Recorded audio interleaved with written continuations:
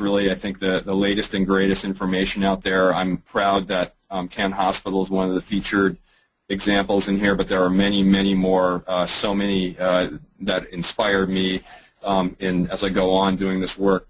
But one particular part of this book that's very useful is the section on general design guidelines for healthcare facilities, where they discuss, among many things, but the overarching design considerations such as safety, security, and privacy, accessibility, physical and emotional comfort, positive distraction, engagement with nature, maintenance and aesthetics, and sustainability. So I'm going to actually talk about many or most of those as we go through these examples today, but then from there on, that particular section of the book gets into much more detail. So anyway, if you're working in this, check it out. It's on Amazon, or you can get it through Wiley and Sons. So what is a healing landscape? As I mentioned, we're talking about the other 99%, but I also, another message is that I take a very broad view to what healing means. Generally, there's kind of a biophilic component to healing gardens, that there's greenery, there's life, there's vegetation growing, as well as many other components. But for me, this is an image of hay-scented fern and cinnamon ferns taking over a disturbed edge on, basically out on the edge of Kent Hospital's campus, an area that had previously been something else before, and now it's growing back. And to me, this is a healing landscape. It's a landscape that's healing itself, and in the process, especially for as folks kind of understand what they're looking at, it could be a very healing experience for them, saying, hey, you know, nature's is working, nature's resilient, it's doing what it needs to do. But you know, you'll also notice in here there's a lot of texture, some subtle color differences, light and darkness interplay. A lot of these more visual elements come to play in a designed environment as well.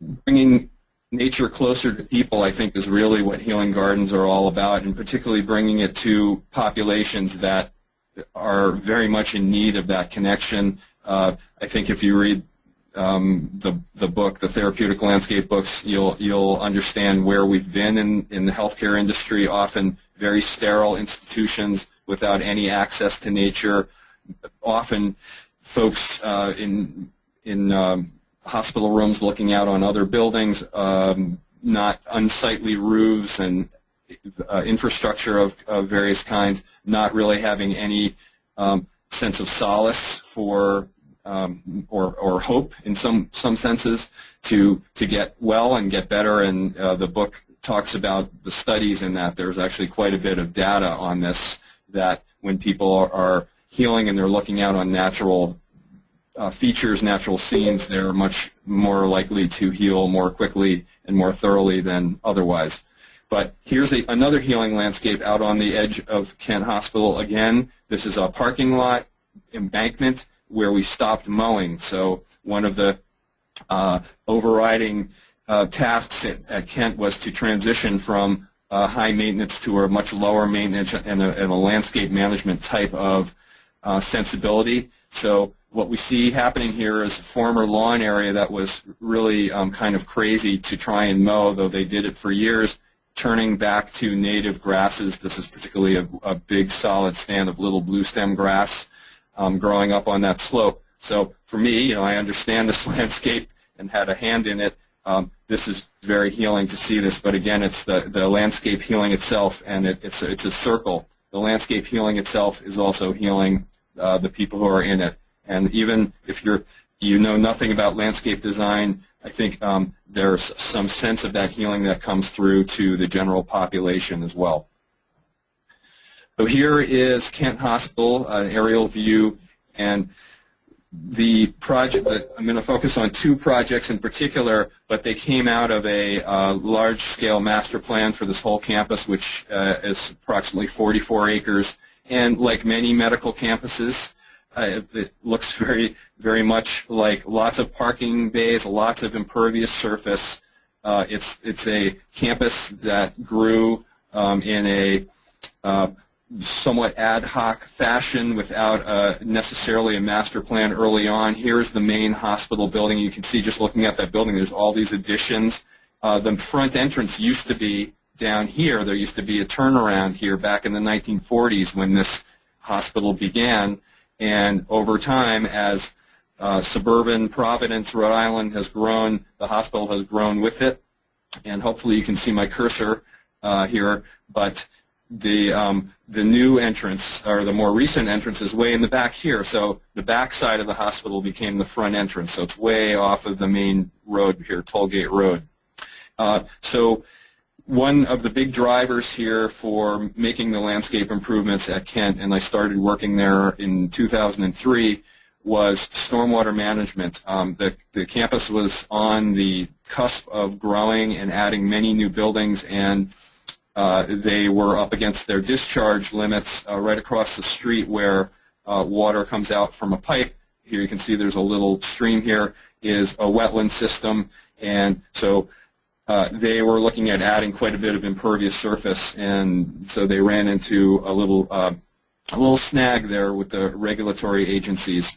And so they needed to think creatively about how are they going to get more water into the ground and use their landscape to the greatest degree possible. So that's sort of where I entered the scene and started to help them transition, not just for stormwater management, but really to create an aesthetic that works here, that ties this whole disparate campus together. No two buildings look the same. It's very diverse, and one of the issues was legibility. Folks could not find their way around very easily. So now we're looking down on the campus.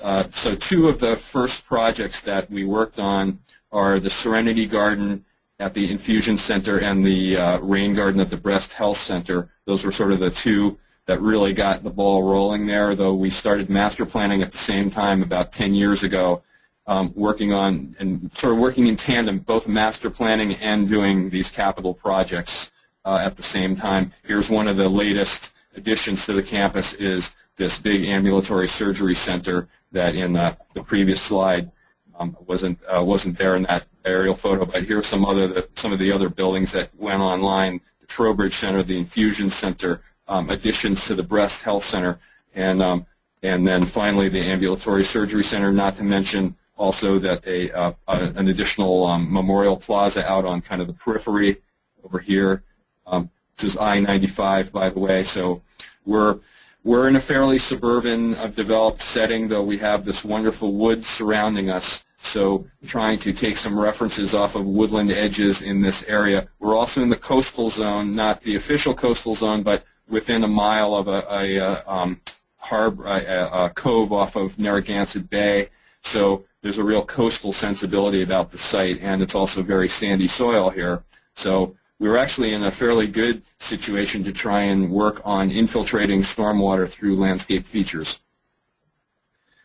So this is kind of what we started with. This is kind of your, what you see a lot of places, medical centers and elsewhere. At best, it was a somewhat sterile landscape of lawn and some typical plantings. There was a lot of annual beds around that were kind of fussy and took a lot of maintenance.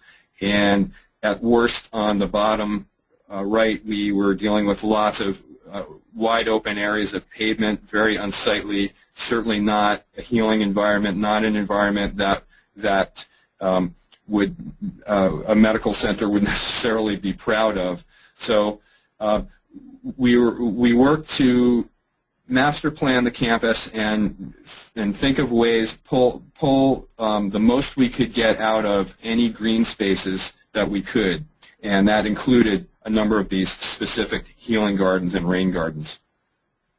So here's the master plan. Some of the main overriding goals of that was to create a unified campus image and really improve the campus image. And certainly the medical field is very changing and it's very competitive. So one thing that Kent Hospital had that its competitors, shall we say, peers in Providence didn't have is they have land because they're out in the suburbs. So they had some site to work with. So this is partially about creating a new campus image that's much more environmentally friendly.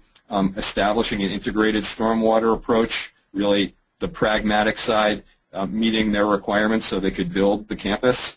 Reusing materials from on site. We've done a lot of moving things around on this campus as some of the first gardens have grown up. We've just transplanted divided perennials and grasses and moved them around to other areas, and by using similar species, it creates a language for the campus, a unified feeling, and helps to create more of a legible campus that, hey, this is all one campus, it all hangs together. We haven't exited the property. We also very much encourage people to interact with the landscape, and here's where the wellness really comes in. It's not just for the patients, but it's also for the staff, and I'll show you a staff garden that emerged from all of this effort just over the last few years towards a little bit later on. So here's a better sense of the image that Kent was trying to shoot for through this master planning and landscape transition process. Really a sense of place, a sense of low maintenance landscape, much more natural, much more lush, and self-sufficient, using a lot of native plants, not exclusively natives, but as much as we could. Large swaths of color coming in and texture coming in at various times of year, burying shrubs, trying to get things that, trying to extend the season of interest as much, the visual interest as well as fragrance, as long as we could, from March to November at least, if not taking it right into the winter time with textures and berries and things like that. So this slide gives you a sense of the image that Kent wanted to move on to from what I showed you earlier. So a little bit more specifically, the campus master plan goals sought to produce a healing environment, quote unquote, by maximizing vegetation density in green spaces and really that lushness, kind of really filling it in with green, seeking native and naturalized and resilient plantings that reinforce the coastal sense of place. And I mentioned that we're dealing with very sandy, droughty soils, so we have a lot of drought-tolerant species that we use here. There's very little irrigation on the campus at this point for any of the improvements that have been made over the last decade. Again, enhancing year-round visual interest, and then again taking this landscape management approach, and you can see that hillside, another view of that hillside with the little blue stem grass overlooking the parking lot there. Really, that's all about subtractive landscape design. That's really stopping doing something, and you just come in and really cut this back once a year, if that. Sometimes we let 2 years go by and we'll go and do one cutting of that hillside with weed whackers, not with mowers. To the right, you can see some dune grass growing up on a bluff site that's actually leading up to our Serenity garden that I'm going to talk about in a few minutes that's at the infusion center. But using native stone and giving this sense of the coast.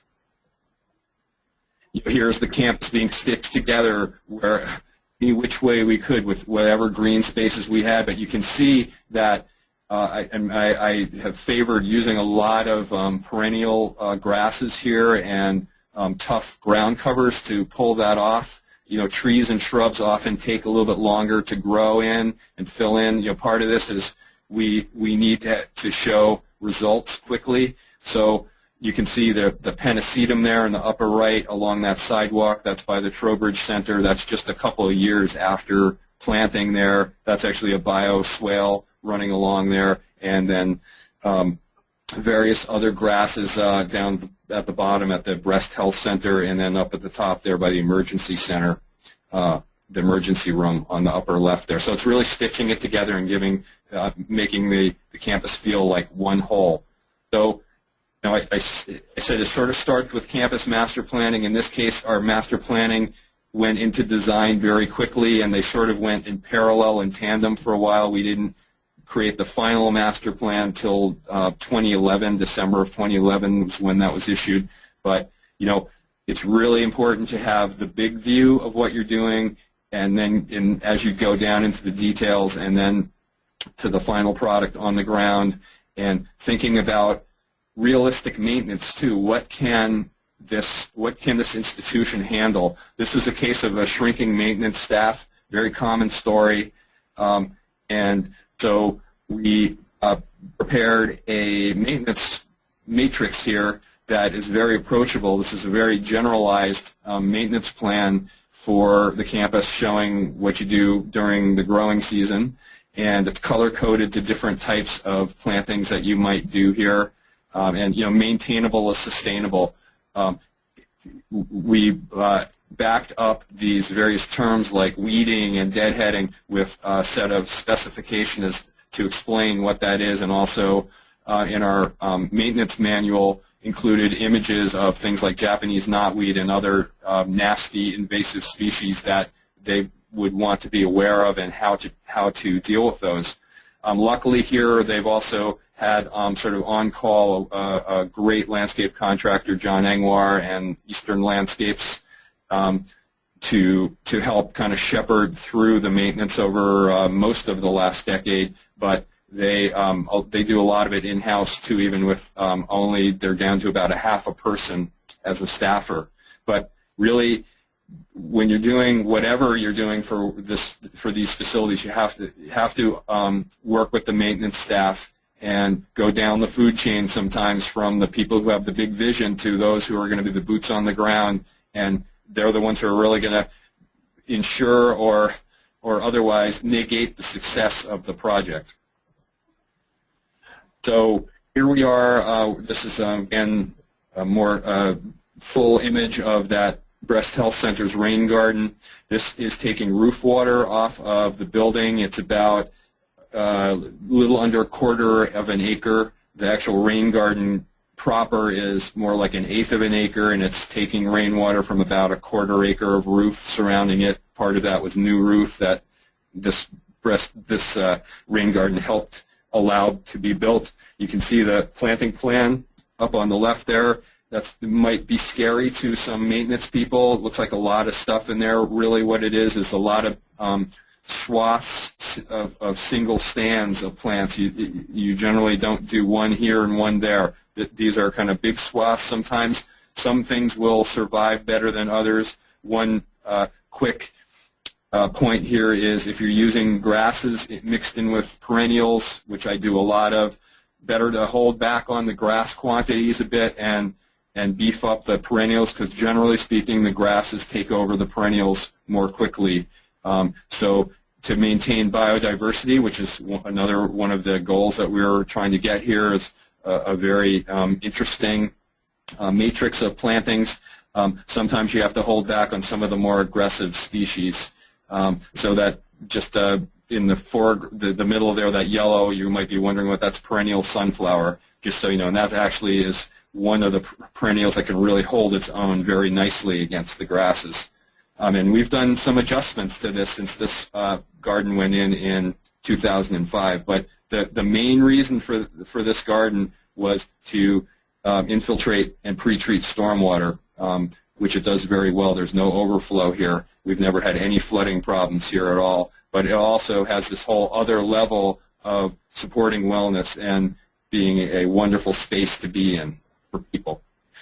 So to that end, I gave a talk to a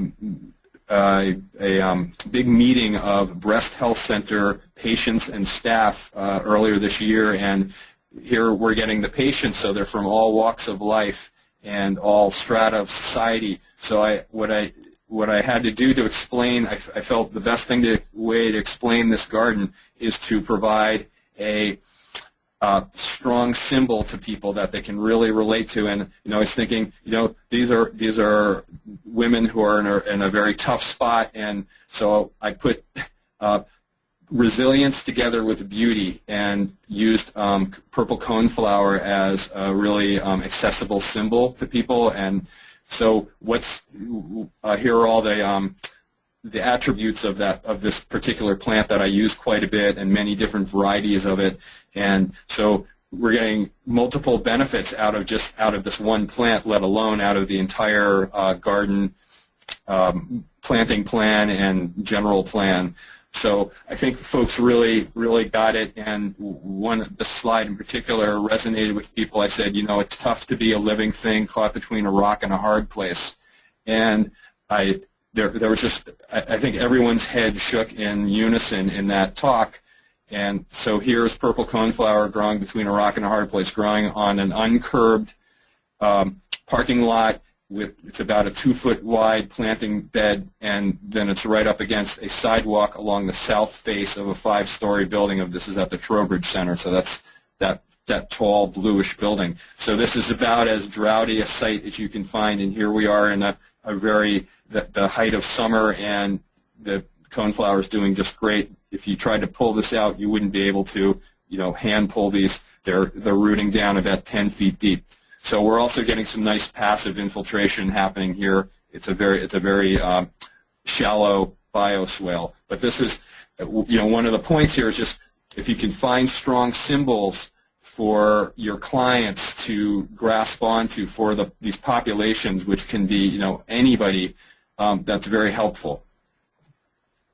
Here we are seeing some lovely views, roof views from care of Liz Furland, one of my colleagues, clients down at Kent Hospital, who likes to go up on the roof and take pictures. And so we're looking down on the Breast Health Center's rain garden, and you know, from this vantage point, you can sort of get a sense of those swaths of textures and bloom that are coming. And this is pretty early on, so it's all filled in quite a bit more since then. But you know, serving multiple purposes here. There's the environmental health and, you know, the biodiversity, and it's not just about stormwater. It's about attracting butterflies and pollinators and birds into the space, really enlivening it. Hummingbirds. When I gave that talk last spring, one of the women just couldn't say enough about how many hummingbirds she's seen out here and how it just elevates your spirit every day. And I was like, wow, that's the greatest testimonial you could have. Some other images, again, planting with a purpose. Very strong planting design here, very lush, but also strong. There's a sense of wildness and order to it at the same time, and also really working with the rocks that were there, the rock elements, the stone elements. This is a beautiful canopy designed by a local architect. It also gives a sense of the coast. It's supposed to be kind of cabana-like, like the beach. It's Rhode Island. Everyone goes to the beach, so that's a wonderful symbol right there. But then the grasses, everything works together to give that sense of kind of lightness to the whole thing. And then the slide is really kind of illustrating just different seasons of interest. And you know, up at the upper left, they're planting bulbs one fall, and then they're coming up down at the lower left hand the first year. We're in March already. We're starting to see some color. And then just through the seasons with blooms and fall foliage and berries and textures and color, light play happening. The bottom center there, that's a fall blooming anemone plant there. Nice white blooms in October up against the mature switchgrasses in the background. And then, of course, the classic red sprite, winterberry holly on the right there, and that's up against the emergency room. So we have a big swath of that, so big that you can see that down Tollgate Road. The ambulance drivers can see that from about a half a mile away, so it's a wonderful visual cue for them, especially the new ones who might not be familiar with the route, to find the entrance to the emergency department. Some quick befores and afters of the Breast Health Center's garden. It was once called the Women's Imaging Center, and the name was changed. Here we are around circa 2005. Lots of pavement coming right up to the building, blank walls, not real inspiring. Here we are a few years later. And as I mentioned, it's transitioned over time. Some of these grasses that really took off, we have reined them in. We've pulled some out, pulled them back a little bit from the walkways and reused them, because out of one of those clumps you get 10 new clumps of grasses that you can put somewhere else on the campus, like on the periphery. Another view during construction. This is right shortly after the rain garden was bisected by a new path that had never been planned. About 5 years into its life, we had to add a new access per the fire codes. that had changed to another section of the building, so that basically bisected the rain garden, and you can see it's still holding its own pretty nicely. We decided this was a good time to pull back some of those tall grasses, some of which are feather reed grass and switch grasses. And so here's a sense of what looked like about a year later with some new plantings in there as we move those other ones out to the periphery a little bit, but lots more color now right at the walk, the front walk coming in, and this is Amsonia, the purple flower, blue star blooming very early in the season. So, many months of color here and lots of good feedback from the inhabitants, the patients, patrons, shall we say, as during that meeting last spring. Another before, after,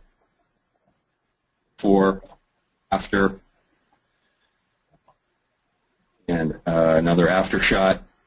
Kind of deep in the weeds here, if you will. This is last spring.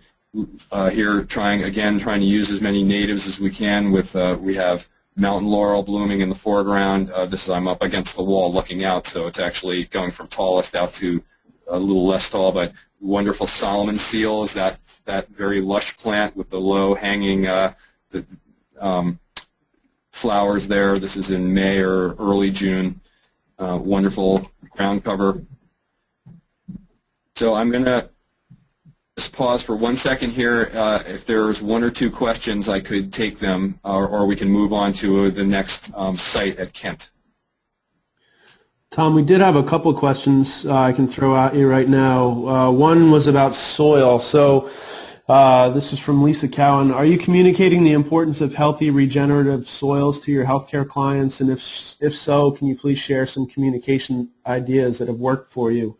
What are some of the measures you use to ensure that the installation of high-quality soils in your construction projects? Okay, absolutely.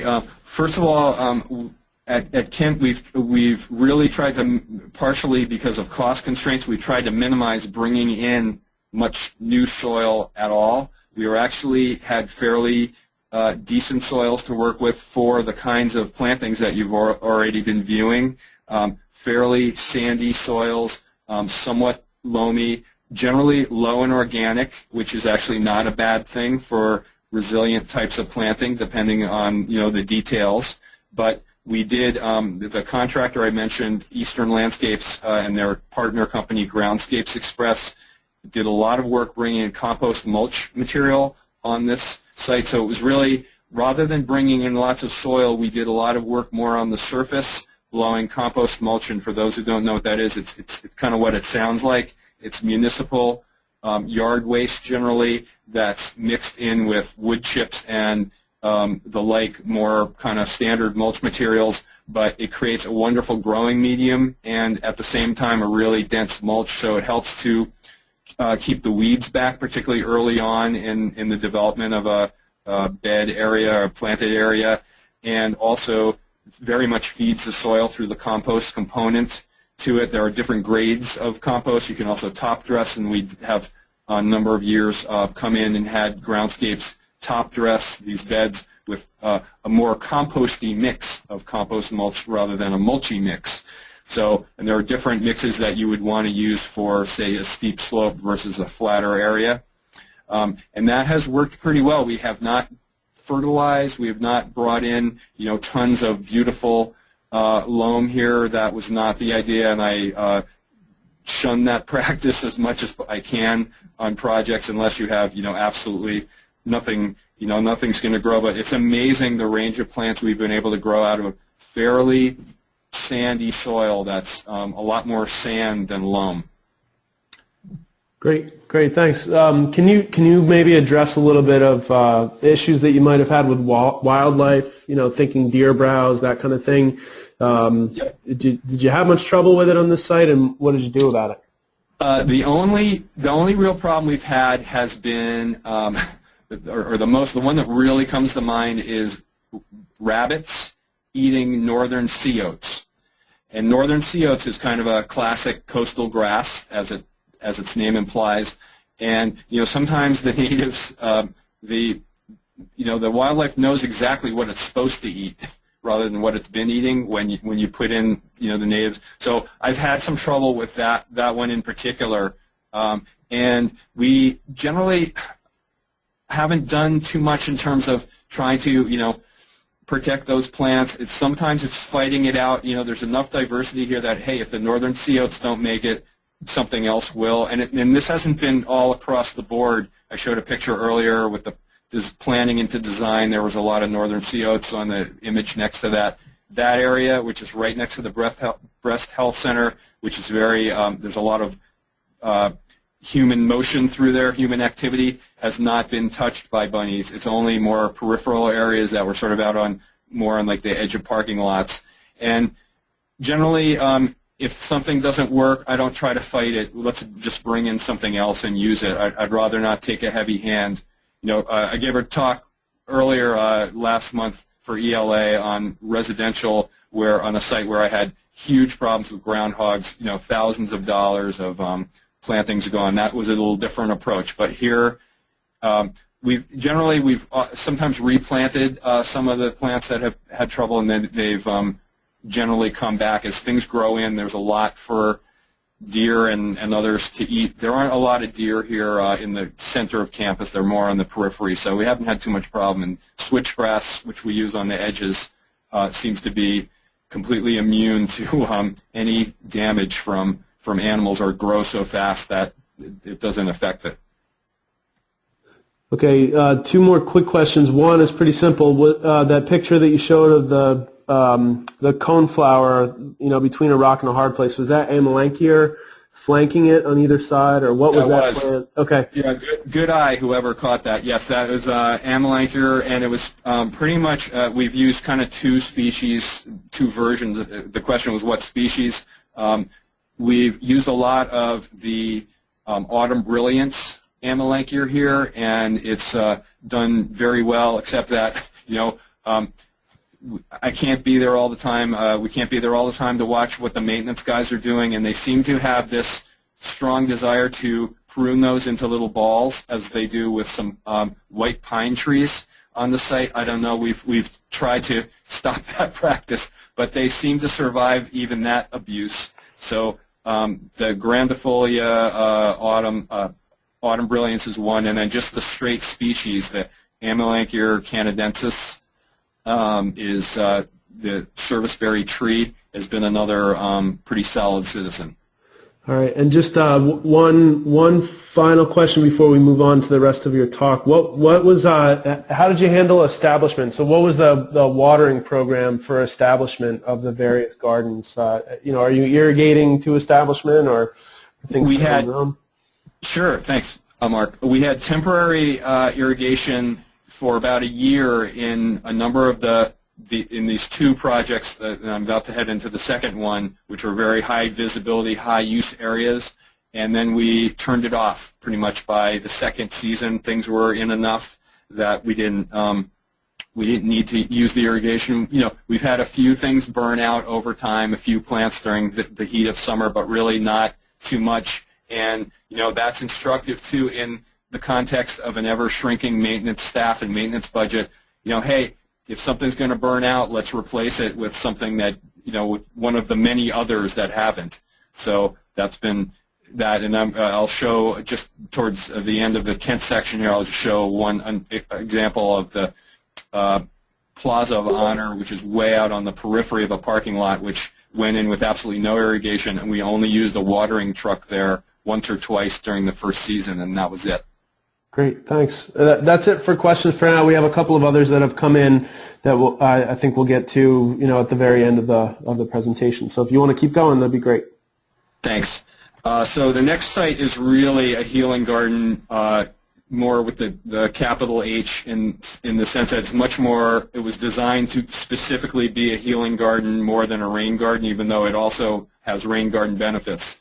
And this is the Kent Hospital's Infusion Center Serenity Garden. Here's a site plan, gives you a sense of it. It turned out a little slightly different from this, but the general shape and orientation is about the same.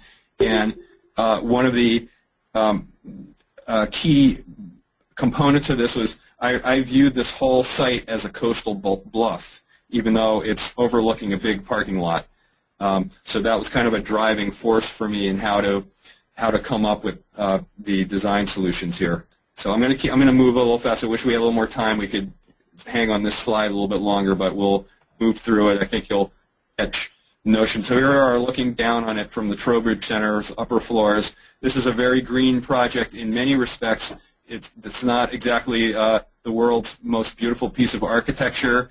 The infusion center was actually retrofit of a warehouse building that previously had stored various kinds of equipment. It was sort of the back end of the campus, so to speak, even though it's up front in terms of geographically, but in terms of its use, it was really just a storage building. So they refurbished this building, and rather than tearing it down and building a new building, which they didn't have the funds to do, they created really a state-of-the-art facility right in it. But the site, as you can see, we're on the south side of this building. We're wide open to the west and south. It's very windy. It's set up high off of the main driveway into the campus. By the way, across the way there where that little domed entrance is, that's the Breast Health Center's garden. So there was a nice visual connection between the two here. But super droughty site, and kind of a tough one. But I think you can see here that the actual solution in terms of circulation in particular is very simple. Here's a before and after, totally paved site. The campus, one of the notable things here was that Kent Hospital is willing to give up some precious parking spaces to build this this garden. And when I say it's not deep-pocketed, many of the healing gardens that you'll see in the book that I described earlier they might be $500,000, $1 million effort. This whole garden went in for somewhere around $75,000 to $100,000. Transitioning this in a very high-profile location, but I think you can get a sense that it's a kind of a tough site, very wind-blown, and this is looking at it sort of the first or second year in the fall.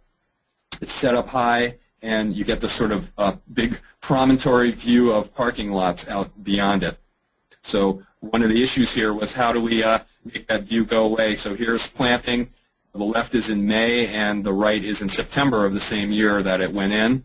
Lots of dense planting. You can sort of see that compost mulch material that I'm talking about. It's a little darker than typical mulch, and we're also using that in the planting holes as well. But you can see how exposed the site is looking out to those parking lots just beyond. So, some of the issues here that we were trying to look at was how do we create an intimate space here on top of this, basically this bluff, looking out over thousands of, hundreds of cars. So here we are looking out from the center out to the space, and I used a lot of tall grasses on the edge there on that south-facing slope of the bluff to create that sense of enclosure there. So I think you can get a sense from the middle picture there that it really makes the cars go away. It's about 6 foot tall, and you see the trees, the borrowed landscape beyond, but it really makes a difference in terms of giving the space some edge to it, which it really needed. A little closer view. So the center, the very simple walk from my sketch, the paving got value engineered down to concrete. That's what they could afford. That's okay, It's very smooth. It's very easy for people to maneuver. It's basically a square, and it's a square that has a number of little alcove sitting spaces off of it. But in the center, there's a focal point. Those two dark rocks that are kind of shiny, those are fountains right in the center, and you'll notice that they bring your eye down, so immediately you're looking away from the cars and what's going on beyond, and you're focusing down on something that's a very human scale. There's a lot of texture in here. The plantings are low, so everything brings the eye down to the ground. And many of the people are stooped over who are here. They're on walkers, or many more elderly folks are getting infusion. So for many of them, looking down that's where the action is. So here we see an image of one of those very intimate seating areas. 2, 3, maybe 4 people can be accommodated in that space. Oh, by the way, part of what we needed to do was block the wind. So this space is, we use a lot of bayberry here and some other things like butterfly bush in the background there that grow pretty fast, that give you some good sheltering. It's very sunny, so I'm not above using an umbrella or a shade structure to get immediate shade, but then the trees start to grow in. But you get a sense here that the parking lot and everything, that the hard edges are going away when you're in this space. You really can enjoy, chatting with your nurse or your family, and a little close-up there of that fountain, which is only about 2 feet tall. Clear access, very important. Many people are visually impaired. Different forms of ambulatory, levels of mobility. So you really need to make it clear and easy to get around. Here we are, big swaths again of single species, a lot of catmint in this picture. Also use things which we've cut back a little bit, but the Virginia rose, a little closer. Virginia rose does not need any fertilizer, believe me. Very easy to use. Here's somebody really enjoying the space. We've cut the grasses back, or this is a little earlier in the season. But still, even with the grasses, even though you can see the parking, you have a strong sense of separation and safety. Very important.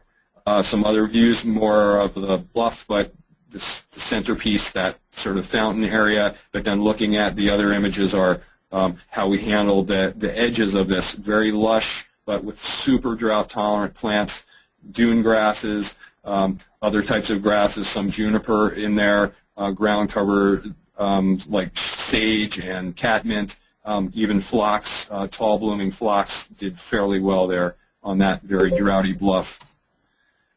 Some other images along those edges of how things color up, and you can, part of that, the bluff edge was not intimate. That needs to read from hundreds and hundreds of feet away from Tollgate Road. That needs to look good. So they're much larger gestures of the plantings rather than closer in. Here's just a list of some of the plants we use. Now, once you're in the space, much lower scale, lemon thyme, this pink flowering thyme, which is lovely. Again, the catmint is a good one. Fragrant. Not everybody has good eyesight here. You want to appeal to many different senses, but these broad gestures along that very clean concrete makes it very easy to get through there for people, very easy to understand. The use of some rock and some of the edges, different textures of the grasses too that really pick up the light. Also wonderful additions. I also we added a ginkgo tree in here just for your symbolism. That's one of the oldest species of trees on Earth. Very resilient. It's been through the ice age and what have you. So that's kind of a nice one to use, as long as you don't use the one that has the stinking fruits. But lots. You can see the sense here of variety that we were able to get. This site is only, it's about the same size as the Breast Health Center, only about 1/8 of an acre for the main portion, and then the whole thing's about 1/4 of an acre with the bluff edge. Some other images, textures. Again, that very human scale, looking down, seeing the interplay of the yellow and purple of geraniums and chrysogonum together. Very, very important in this space.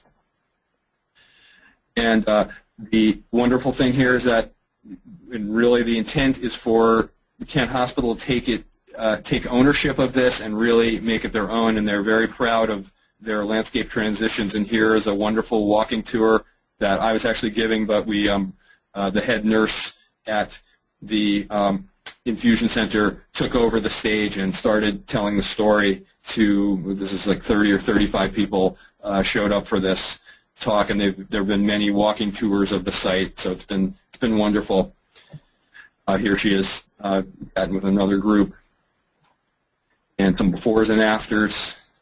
By the way, that gravel patch there, that happens to be a big drain pipe that was running right through the center of the site, so we had to kind of work around that as well. After This is about a year later after construction installation. It's looking towards the main hospital building. About a year or two later, looking down from the Trowbridge Center. A year or two later, there was actually a person there using it at that time. How fortuitous.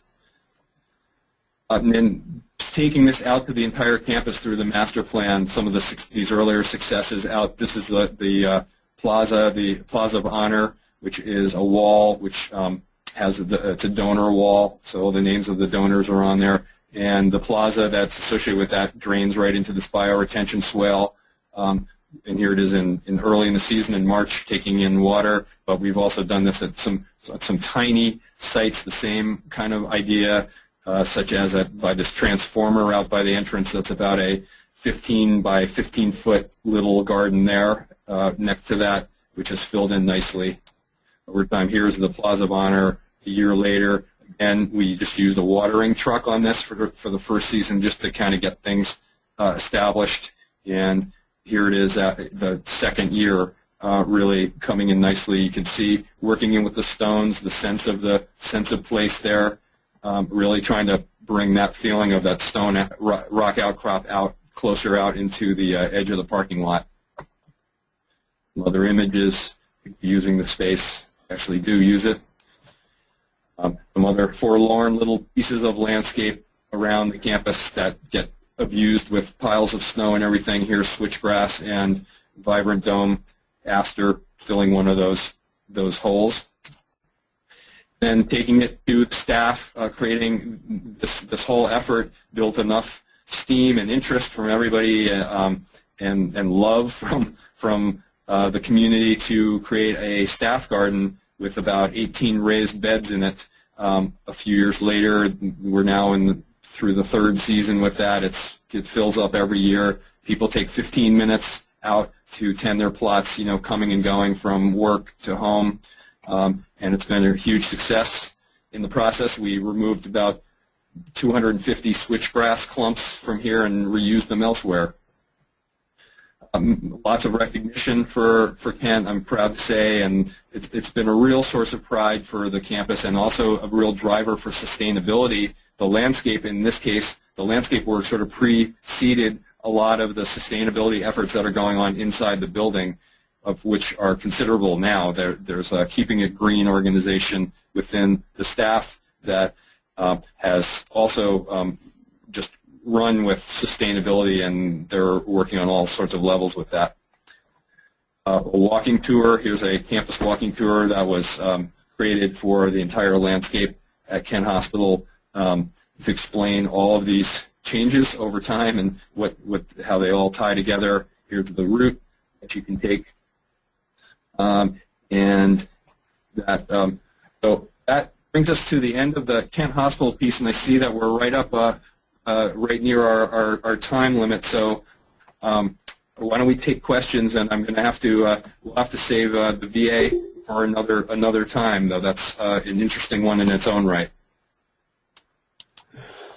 Tom, the only other there are a couple more questions coming in now, but we do have one question about bioswales. How do they function? What's the purpose of a bioswale? Sure. So a bioswale and a rain garden, they're somewhat interchangeable terms, but a bioswale is more like a linear feature. So when you are working and this is very common when you have just a strip of landscape to work with that's long and narrow, such as a parking island, such as a tree strip, between the sidewalk and the street, the frontage of a building, what have you.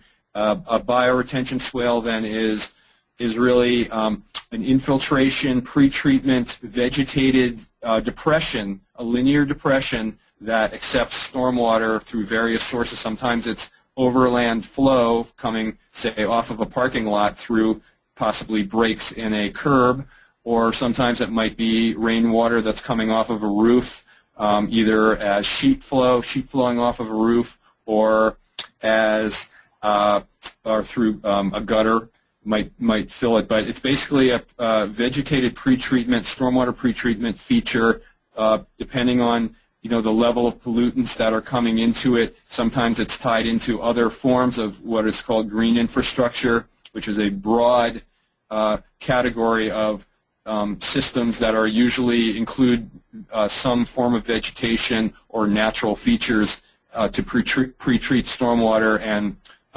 basically distribute flow to get water to infiltrate into the ground before it even gets to the hard infrastructure, the drain lines, the catch basins.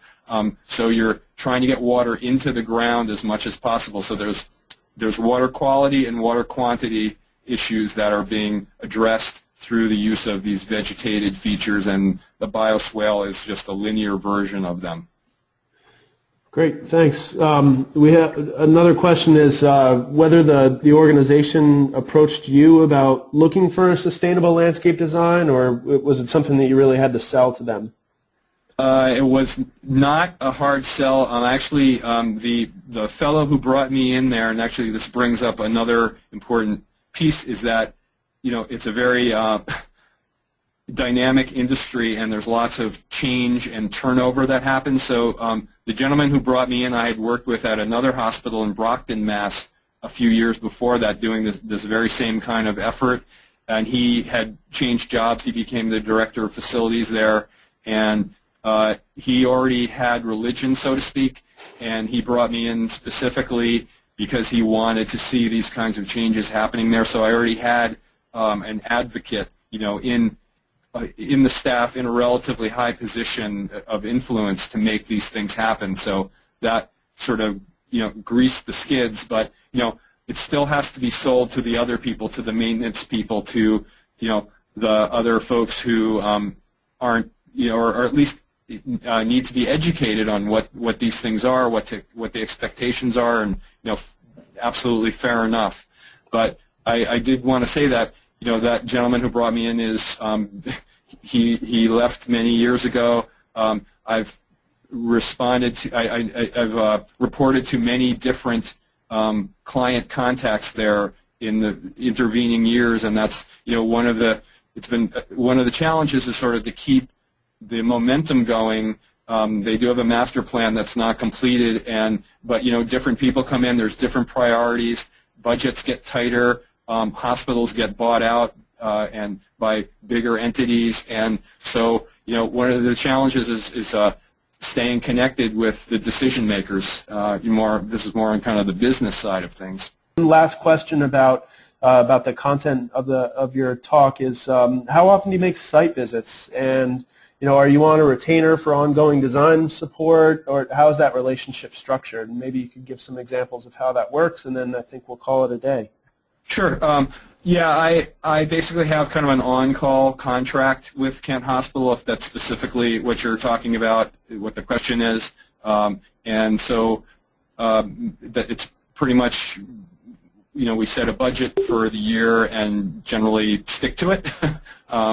And certainly budgets have gotten tighter, so even more so now. But every year I try to design more projects to keep expanding, the master plan. So that's kind of contractually how it's worked. And I also had transitioned from, a previous employer to my own business a number of years back, and that went really smoothly. So that's kind of how it works there. For new clients, I often make an initial site visit, and for free of charge, and see what the issues are, and then we take it from there.